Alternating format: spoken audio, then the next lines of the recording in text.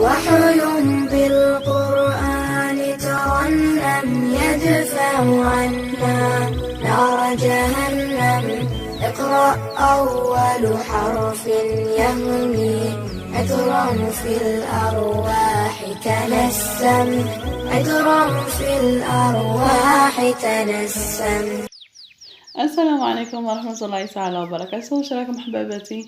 ان شاء الله ديما تكونوا بخير وعلى خير. وعبر فيديو نتاع نهار اليوم نلقاكم دائما في احسن الاحوال. اليوم ان شاء الله وبحول الله راح نقدم لكم وصفة جديدة حصرية على قناتي، ما تلقوها في حتى قناة من غير قناتي، من ابتكاراتي يعني من مجهوداتي، وهي الغريبية الكحلوشة او الغريبية الكاكا اللي تجي بنينة وبريستيج، حاجة جديدة وفي نفس الوقت نغيروا لها الطعم نتاعها تجي هايلة بالبزاف. نقول لكم اذا اول مره تشوفوا القناه ما تنساوش اشتراك جيم سبسكرايب، راكم عارفين كالعاده. ومرحبا بكم كامل اللي راهم جدد معايا. بسم الله على بركه الله راح نبداو في الوصفه. هنا واش نحتاج؟ تبعوا معايا المقادير. عندي 2 كيلات ونص نتاع الفارينه، 2 كيلات ونص نتاع الفارينه. عندي كيله غير ربع نتاع سمن دايب، كيله غير ربع نتاع السمن دايب. هذاك الربع نتاع الكاس راح نكملوه بالزيت، يولي عندنا مخلط كيله غير ربع سمن دايب وربع زيت كيما راكم تشوفوا معايا. هنا نخلطها قدامكم.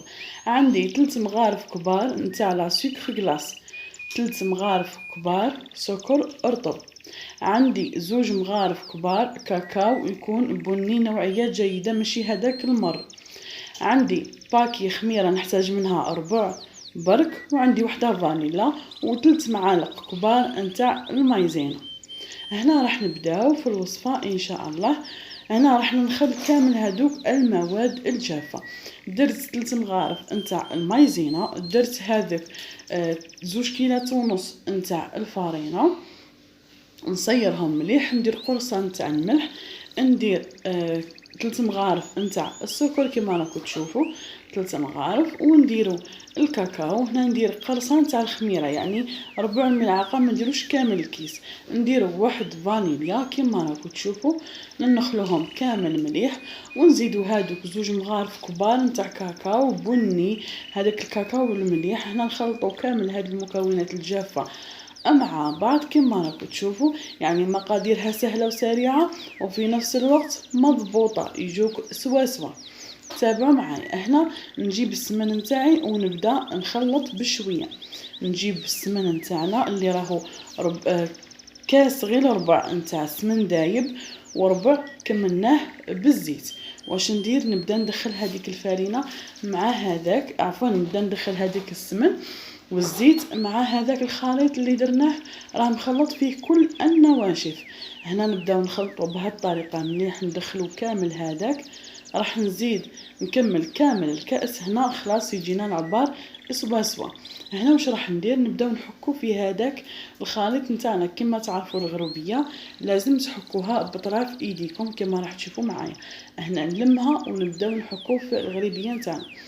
هنا نقول لكم كل اللي راه جديده معنا، دعمونا حباباتي باللايك، يعني ديروا لنا جيم واشتركوا في القناه، فعلوا زر الاشتراك اللي هو سبسكرايب هذاك الاحمر، فعلوه وديروا الجرس باش يوصلكم كاع جديد، يعني فعلوه وديروا الجرس.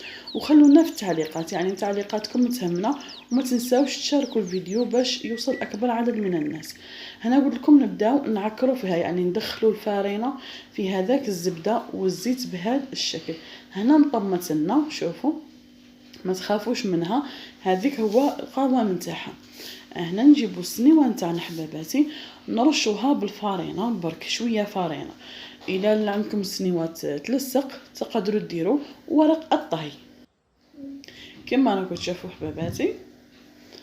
يعني هنا اللي عندها تلصق ودكم ديروا لا بابي كويسو او لا ورق الطهي. هنايا نبدا نكور فيها بهذه الطريقه. شوفوا نجيبها هنا ونبدا نشكل فيها غريبيات بهذا الشكل، يعني طريقه سهله جدا. نشكل كامل هاد الحبيبات ونستفهم، وراح نتلاقاو بعد ما نكملوا ان شاء الله.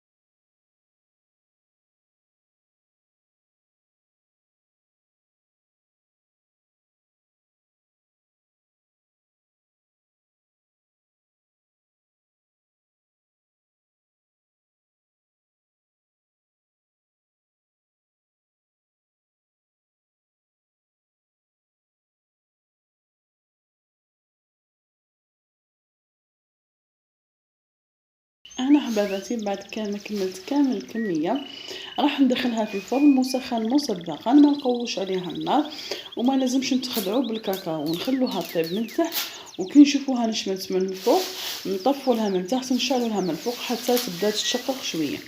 هذه هي.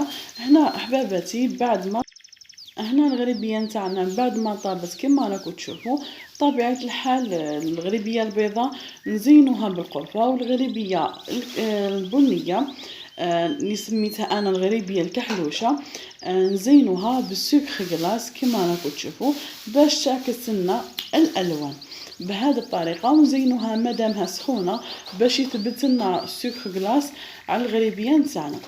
الى هنا نكونوا وصلنا تقريبا لنهايه الفيديو نتاعنا اليوم.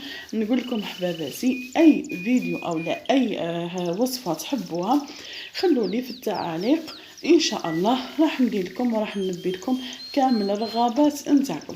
هنا راح نمشوا نشوفوا الغريبيه نتاعنا جاهزه وحاضره في طبق التقديم، وراح نفتحوها باش تشوفوا كيفاه تجي طايبه من برا ومن الداخل.